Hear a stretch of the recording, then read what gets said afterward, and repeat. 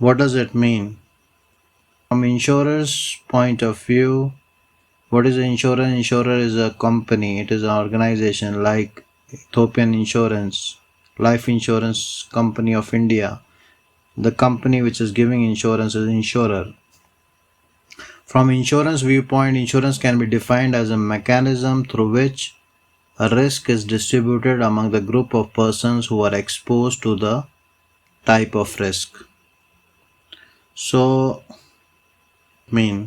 from insurance viewpoint, insurance can be defined as a mechanism through which a risk is distributed among the group of persons who are exposed to the similar type of risk. So, insurer is saying that a similar type of risk is distributed among many people, and insurance is basically, if we say, risk transferring mechanism. You can see here it is a risk transferring mechanism. So risk is transferred from insurer to the from the insured to the insurer. Insurance is the company. Why it is transferred? For a particular premium amount. Now, in general, by the insurance, the risks are transferred from individual insured to the insurer, who takes into account the probability of loss for a certain period and fixes a premium, the price paid for the insurance premium, for each person insured in advance. So premium has to be paid if you want to take insurance. Based on the preceding definitions, we have the following characteristics, like pooling of losses. The first point is pooling of losses. What is pooling of losses? And when we talk about pooling of losses, we also talk about law of large numbers, which is not there in the course outline, but still in this chapter I will cover that also, law of large numbers and pooling of losses or risks. So what is pooling of risks? Let us see. Suppose I make a pool. This is a pool, and this pool is, say, for people whose age is, we have to define this pool. Say this is pool of risk for age group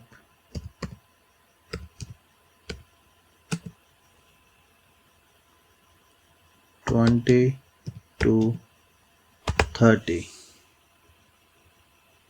Okay.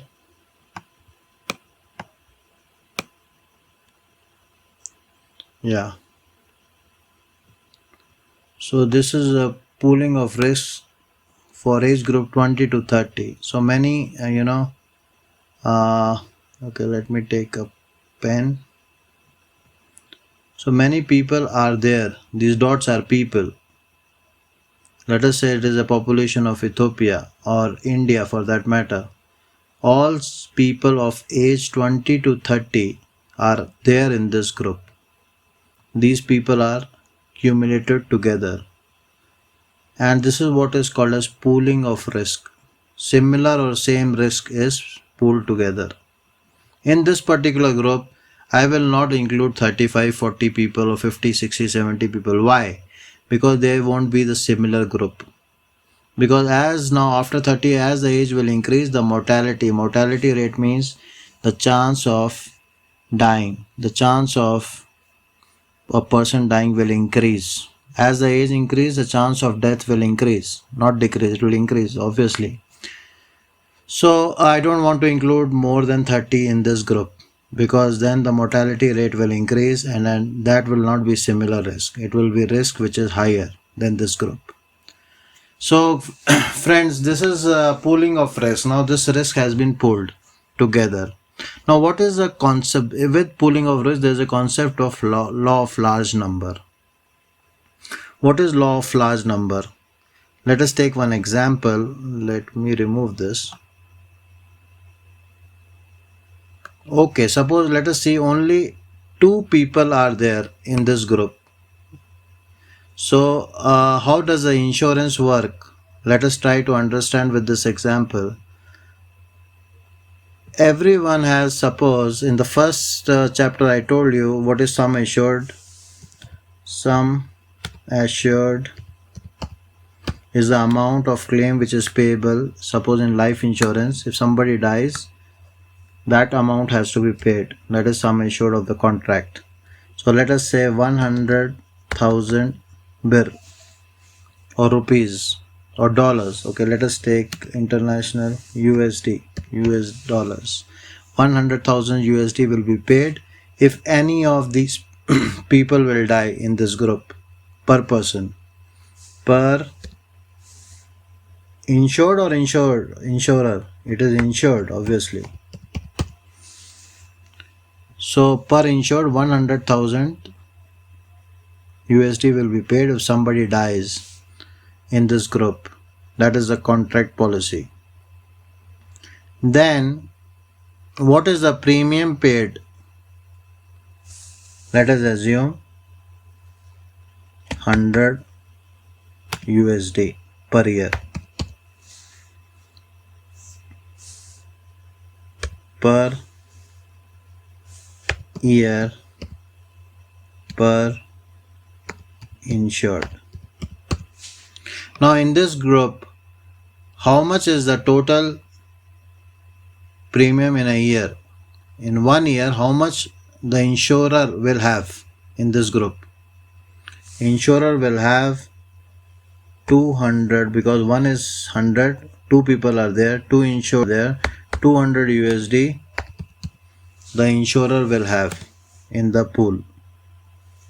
Insurer collection.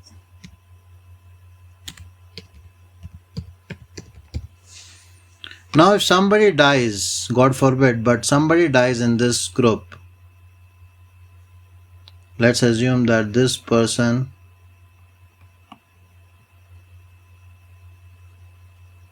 dies. Then how much we have to pay? The insurance company has to pay $100,000.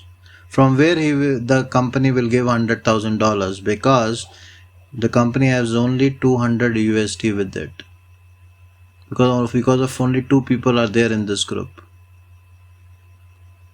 So it is impossible to pay because it is a huge amount and the premium collected is very less. So pooling of risk only will not work in the insurance. You have to have multiple large number of people. Yes, you have to have multiple people in this particular group. So I will try to select this.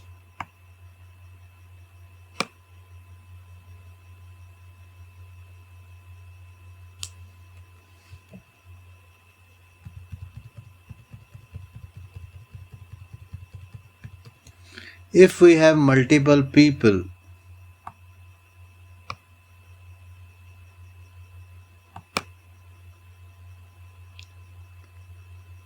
like if we have multiple people, you can see now I've increased this people in this group.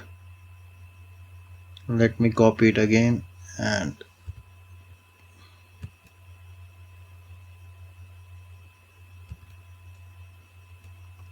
yes.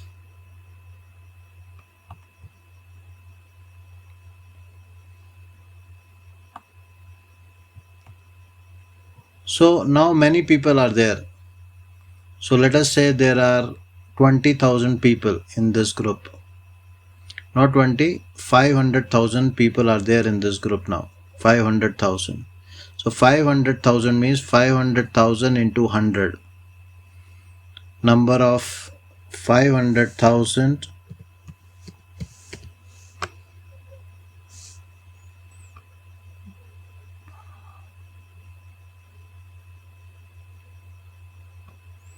So what I said, 500,000 people are there. 5 lakhs into per person $100 is the premium. So how many how much premium you will get? The premium amount is 500 lakhs. So 500 lakhs if we have, if one or two people die, easily I can pay 100,000 USD. So more the number of people, more the number of insured, the better it is for the insurance company, because the amount of premium collected will increase, but the mortality rate will not be as high as what is collected by the insurance company. So it is important that the number of people insured is high in a pool, because as compared to the sum insured number, the amount of premium is only very less. See, 100,000 is the benefit given to the insured, and 100 is what is collected by the insurance company. So it is very less. So one or two people in the group will not work, but it has to be many people. That is what is called as law of large numbers. When more insured people are there, then the collection by the company will be high, and then only the insurance concept will work and the claims can be given. So this is what is called as law of large numbers. In the future also it will come, law of large numbers. I may not explain that time, so kindly try to understand in this particular slide, and you can come back to this particular chapter also.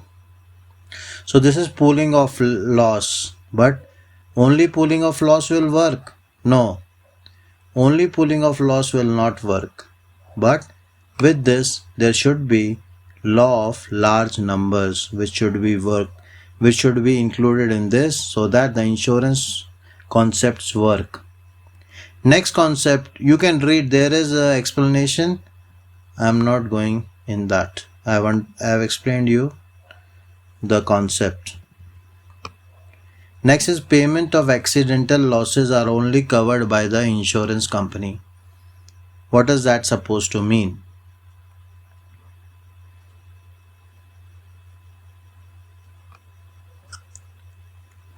Okay, let me go to the another slide.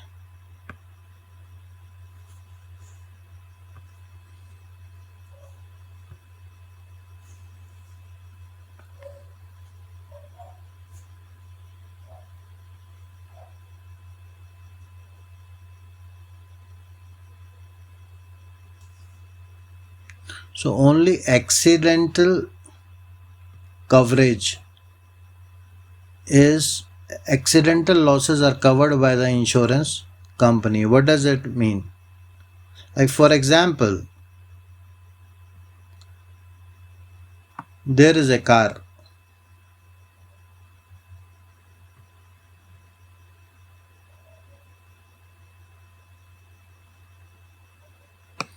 Now this particular car is driving.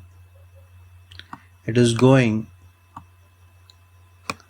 and it is going in this direction, and the chance that this car meets with an accident is say 1% or 2% based upon the historical data.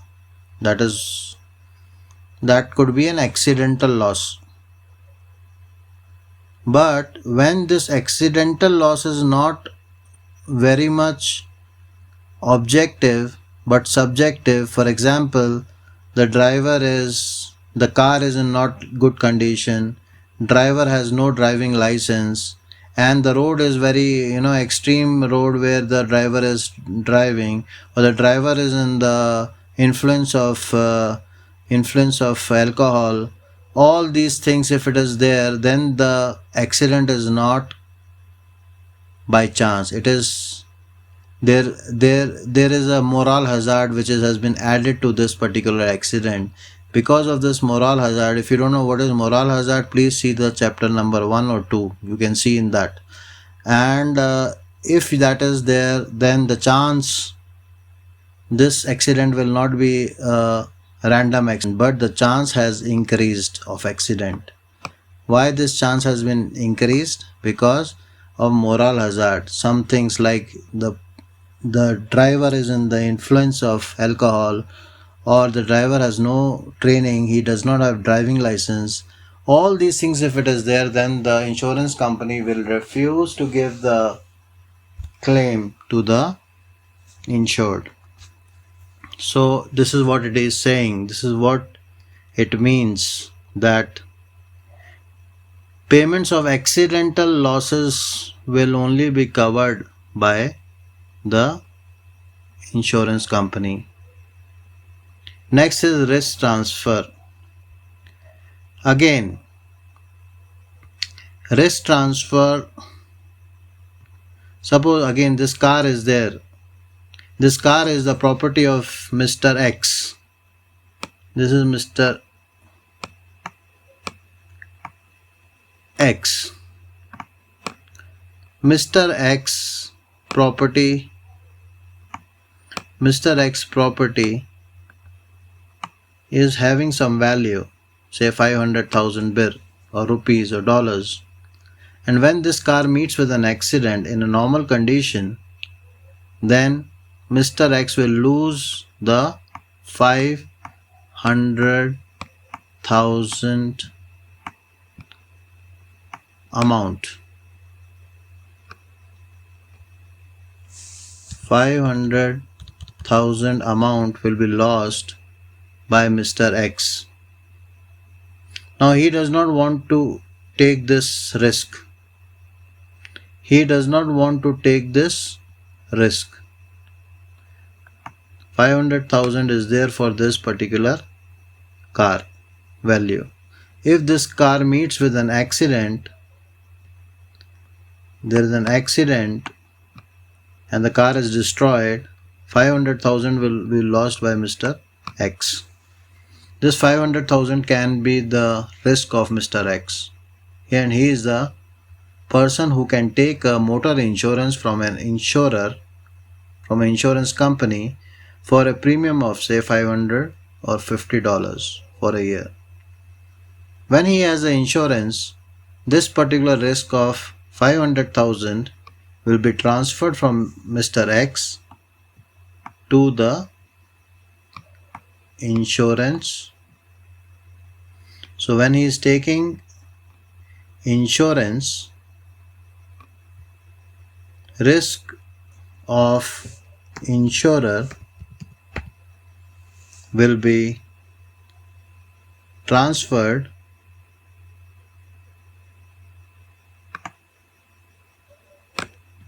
to the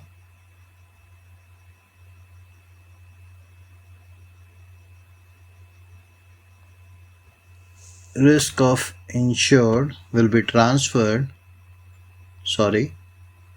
to the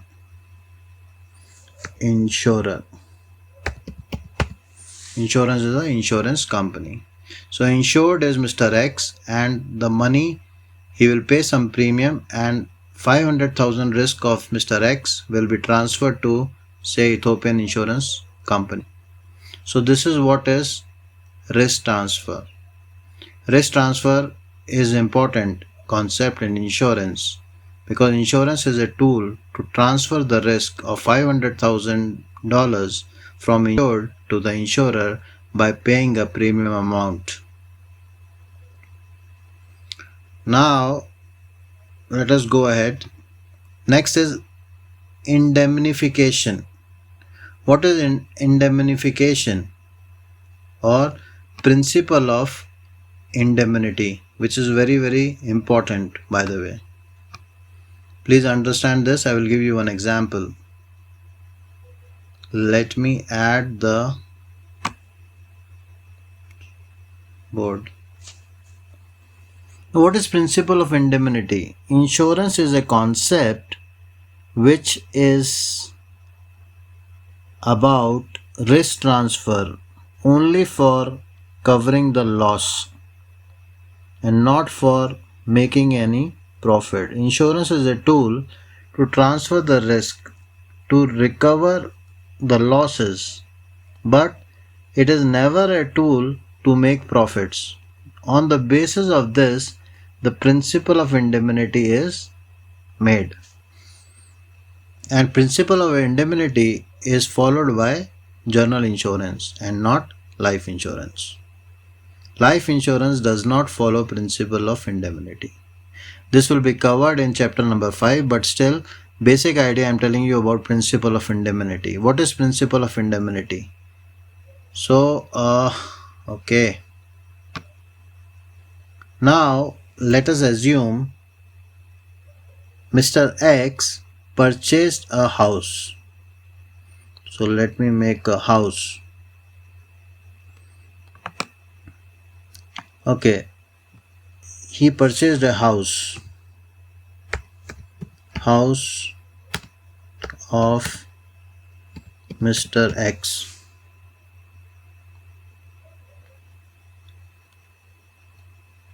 Then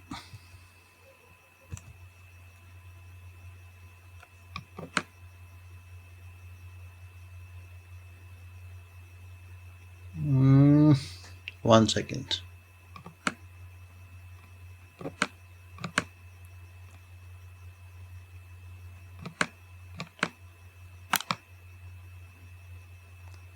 So Control C, Control V.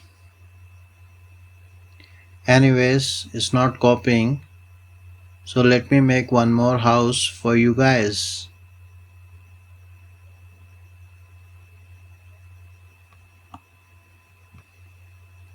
Again, house of Mr. X. Now it will become 10 lakhs. Now the house of Mr. X was of $500.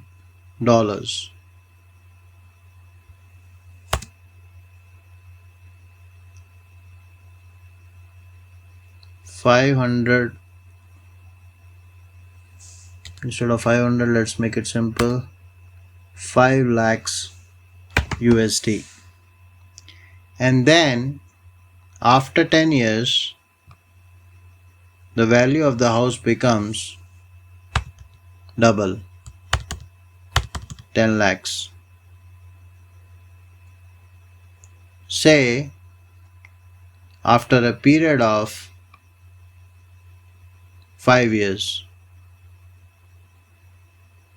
After 5 years, same house which was of 500,000 USD, the value becomes 10,000 USD. So it is almost doubled. If you see,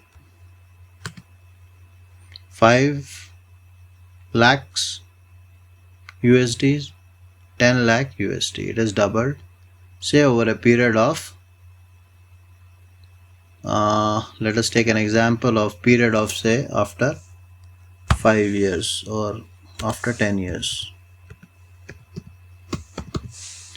Now after 10 years, there is a fire in the house and the house is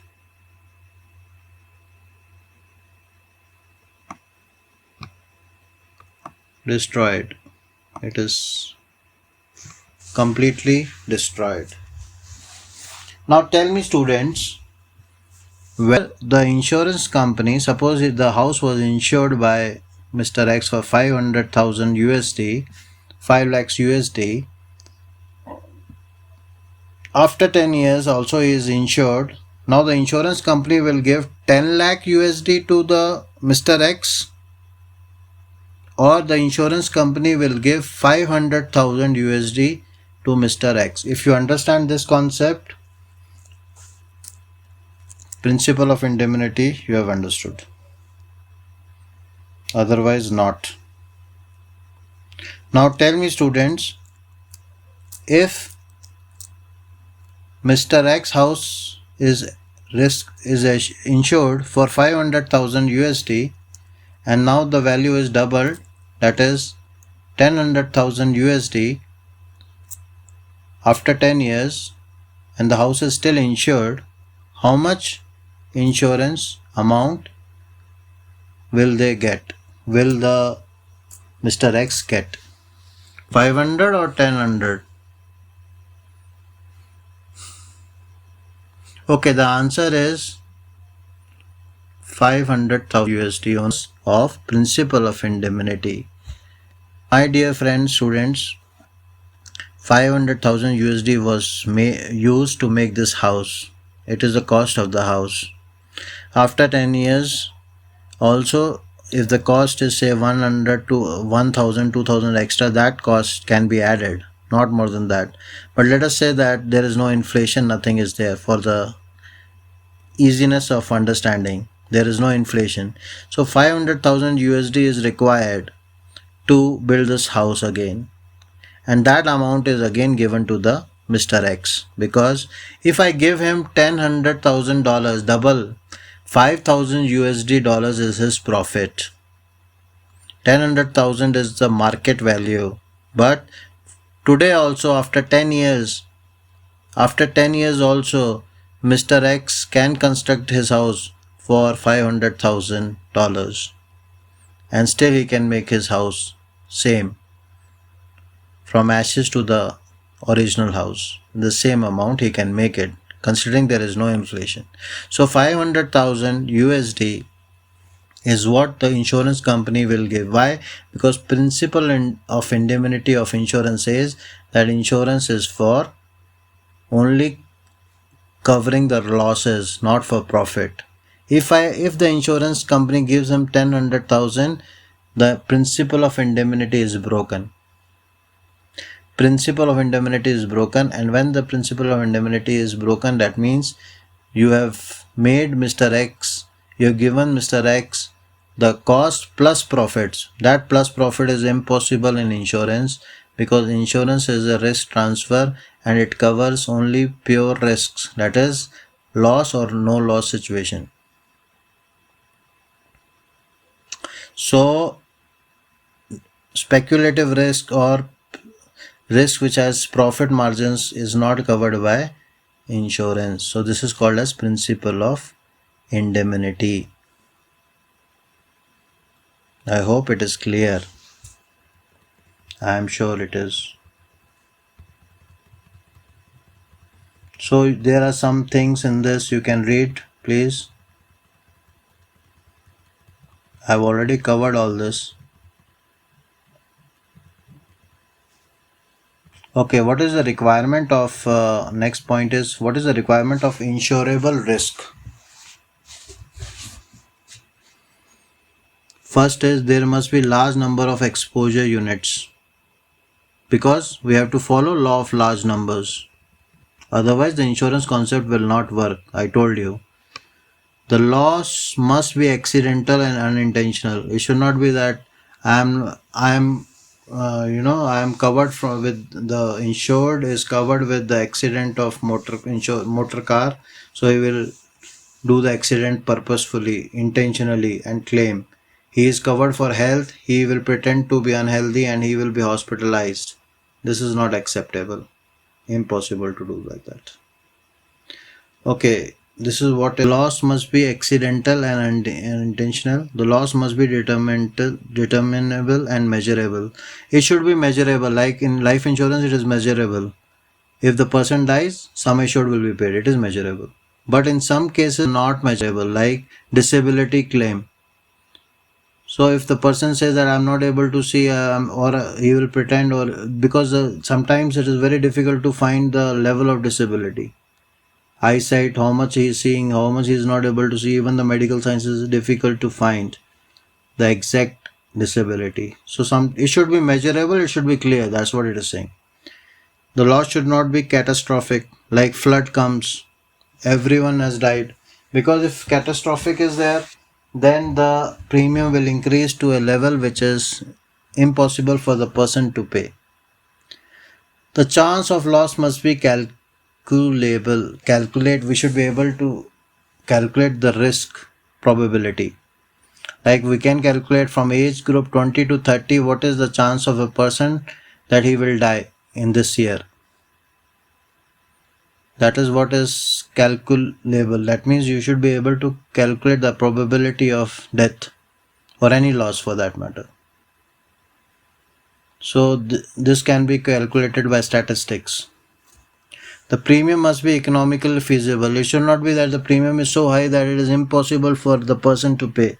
Like some insurance companies will not, uh, insure a person who is having a high risk of profession, like bomb squad, army, who is in the front. So these people are, or a spacecraft, a person who is going to space, or aeroplane pilot, fighter pilot, he is the pilot of fighter plane. Such people may not be, because the premium is not economical to pay, the risk is too high.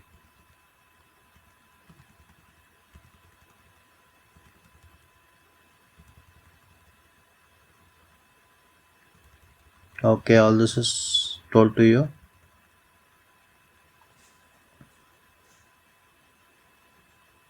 Calculable chance of loss. Okay, fine. Now, okay, what is the difference between insurance versus gambling? You cannot compare insurance with gambling. Gambling is what? That if you put 5 rupees in some particular roulette or some gambling game, you may get 100 or you may lose.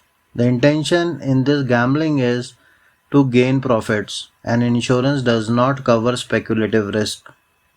Also, principle of indemnity is there. We cannot have profits.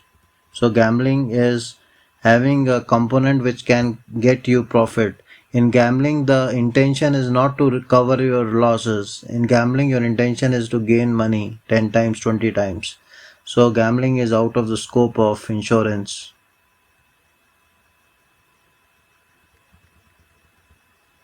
What about hedging? What is the meaning of hedging? Suppose in hedging, the concept is, let me remove this. Okay, let us start with another slide.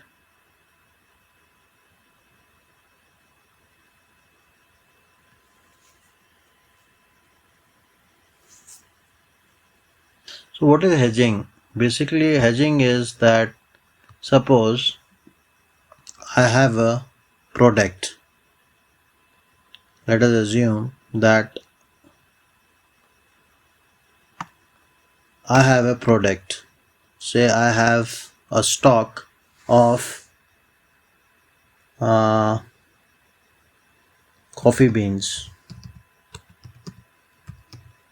or let us say onion. I have a stock of onion, and my onion cost is, say, 500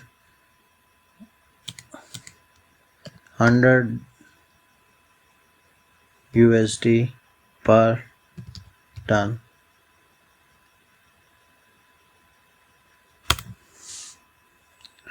Okay, now after over a period of time, suppose I have this stock.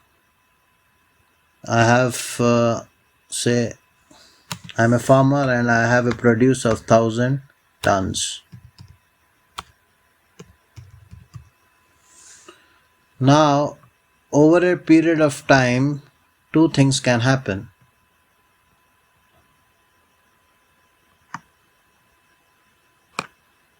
What can happen?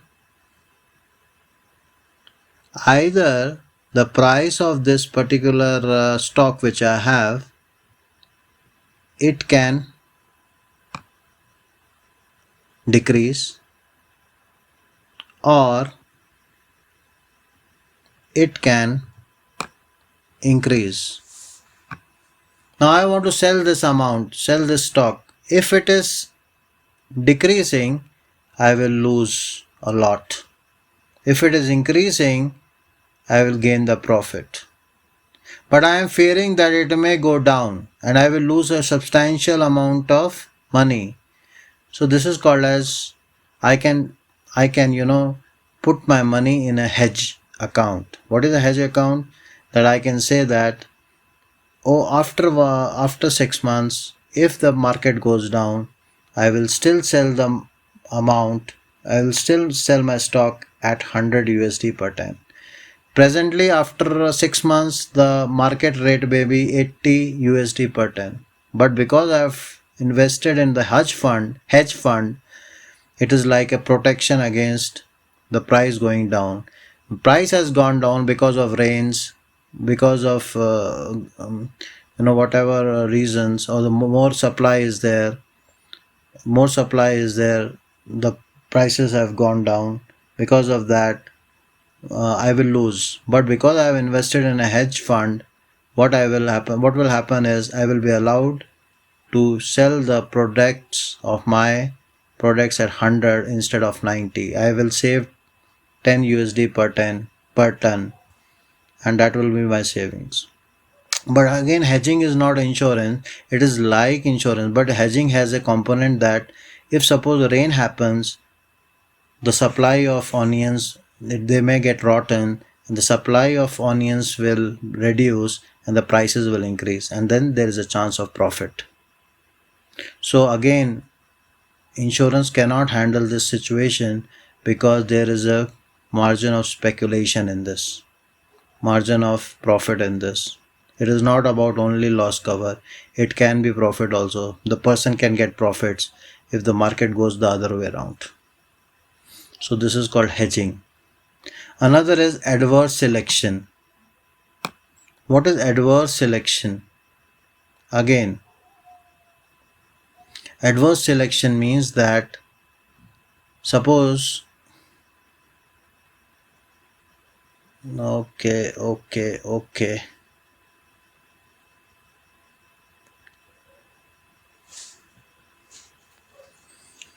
Adverse selection means selecting a insured by the insurer who has higher risk of or higher chance of getting the risk on him. Like for example, this is a group of people. Again, we make a group of pool of risk. This is a pool of risk. And in this pool of risk, many people are there. Say, again, age group of say 20 to 30. These are people who are having healthy life, or they are having normal health. But in this particular group, if I select one person who is having high blood pressure, or who is having, suppose this is a person who is having high blood pressure, who is diabetic, and he still is a 20 to 30, but he is having some health issues, and then still again I give him the insurance, then this will be termed as, this particular person will be termed as adverse selection. He will be adverse selection for the group. So okay,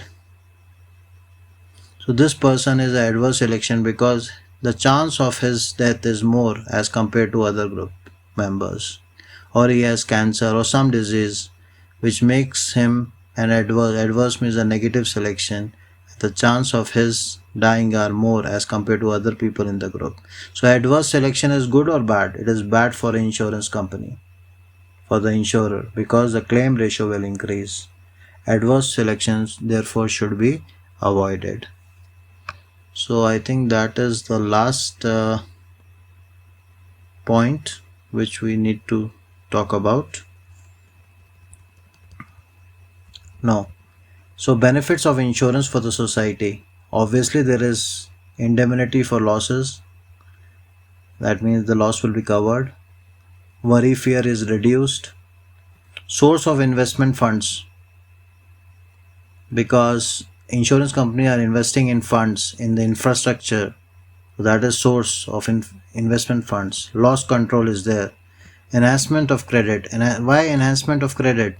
If a company has risk cover, people are ready to give them more money because they know that if there is any problem, insurance company is there to protect them.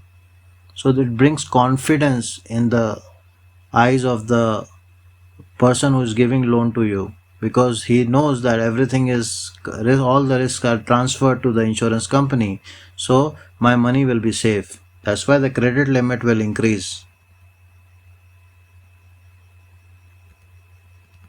Okay, all this is explained, you can see it.